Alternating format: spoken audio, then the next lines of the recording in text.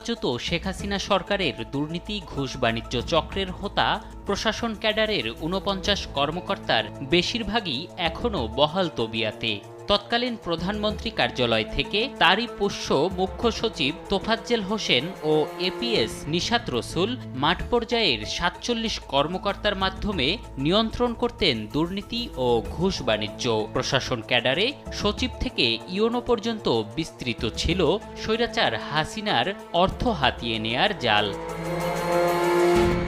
দেশের বিদ্যুৎ খাতে রেন্টাল, কুইক রেন্টাল সহ নানা প্রকল্প থেকে অর্থ হাতিয়ে নেয়া, বড় বড় উন্নয়ন প্রকল্পের ব্যয় বাড়িয়ে ৩০ ভাগ অর্থই হাসিনা হাতিয়ে নিতেন সচিবদের মাধ্যমে। প্রশাসন সহ বিভিন্ন বাহিনীতে এই ৪৯ আমলাকে দিয়েই বদলি বাণিজ্য করে ১৫ বছরে হাতিয়েছেন লাখো কোটি টাকা, যার বেশিরভাগই মাঠ পর্যায় থেকে তুলে দিতেন সচিব তোফাজ্জেল হোসেন, জিয়াউল হক ও মোকাব্বেররা। জেলা আর উপজেলা পর্যায়ে হাসিনা সরকারের এজেন্ডা বাস্তবায়নে মরিয়া ছিলেন এসব কর্মকর্তারা। বিনিময়ে পুরস্কার হিসেবে অনিয়ম, দুর্নীতি আর প্রকল্প বাণিজ্যের পরও বহাল তবিয়াতে থাকতেন তারা।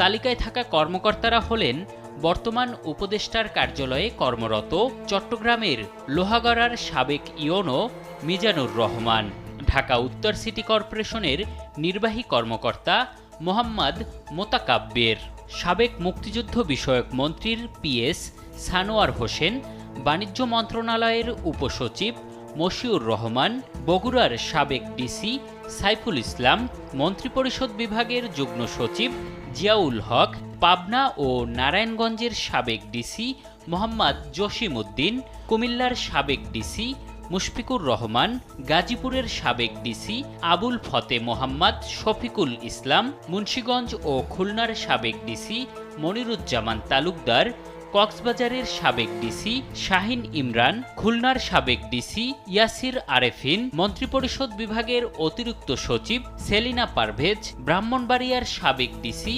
হায়াত উদ্দৌলা খান, ব্রাহ্মণবাড়িয়ার সাবেক ডিসি শাহগীর আলম, চট্টগ্রামের এডিসি রাকিবুল হাসান, দিনাজপুরের সাবেক ডিসি মাহমুদুল আলম, ঠাকুরগাঁয়ের সাবেক ডিসি ডক্টর কামরুজ্জামান সেলিম, গাজীপুরের শ্রীপুরের সাবেক এসিল্যান্ড উজ্জ্বল কুমার হালদার, স্বরাষ্ট্র মন্ত্রণালয়ের জননিরাপত্তা বিভাগের যুগ্ম সচিব আবুল ফজল মীর সহ অনেকে। এসব কর্মকর্তার স্থাবর অস্থাবর সম্পদের তথ্য খতিয়ে দেখছে দুদক।